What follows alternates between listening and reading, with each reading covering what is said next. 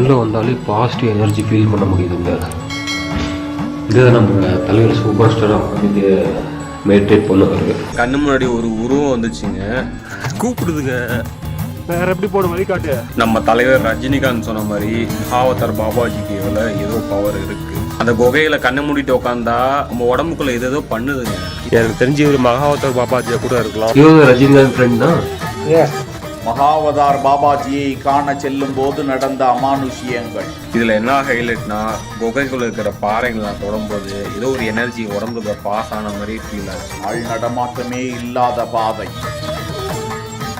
நாய் வந்து வழிகாட்டி அழைத்து செல்ல நாய் மறைஞ்சிருச்சுங்க. இந்த வழியில போனுச்சுனே தெரியல. இந்த பக்கம் ஃபுல்லா பள்ளம். இந்த வழியை விட்டா வேற வழியே இல்லை நாய் போறதுக்கு. மலை உச்சிக்கு போய் திக்கற்று விட்ட அதிர்ச்சி.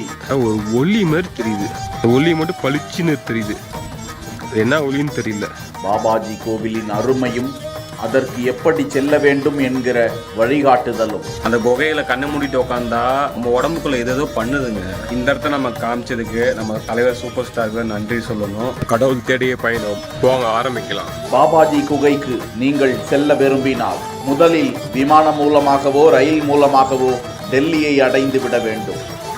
அங்கிருந்து காத்கோடம் சதாப்தி எக்ஸ்பிரஸ், உத்தராஞ்சல் சம்பர்க் கிராந்தி, ராணிகேட் எக்ஸ்பிரஸ் உள்ளிட்ட பல ரயில்கள் காத்கோடம் என்ற பகுதி வழியே செல்கிறது. ஓரிரவு பயணமாகி அங்கு சென்று விடலாம். ஏராளமான கட்டண வாகனங்கள் காத்திருக்கும். அங்கிருந்து துவாரகத் என்ற பகுதிக்கு மலை மேல் பயணம் செய்ய வேண்டும். செல்லும் வழியில் ஆசிரமத்தில் முன்பதிவு செய்து தங்கிக் கொள்ளலாம். அங்கிருந்து 40 நிமிட பயணத்தில் குக்குச்சின்னா என்ற பகுதியை அடைந்து அங்கிருந்து மலை மீது ட்ரக்கிங் செய்து 40 நிமிடங்கள் பயணம் செய்தால் அந்த பிரசித்தி பெற்ற மகாவதார் பாபாஜியின் குகையை தரிசனம் செய்யலாம். ட்ரை டுடே என்கிற யூடியூப் பக்கத்தில் வெளியிடப்பட்டிருக்கும் இந்த காணொளியில் பாபா குகையை நோக்கி செல்லும் தமிழக இளைஞர் பாபாஜி கோவிலுக்கு சென்று வந்தது குறித்து தகவல்களை பகிர்ந்திருக்கிறார். கண்ணு முன்னாடி ஒரு உருவம் வந்துச்சுங்க.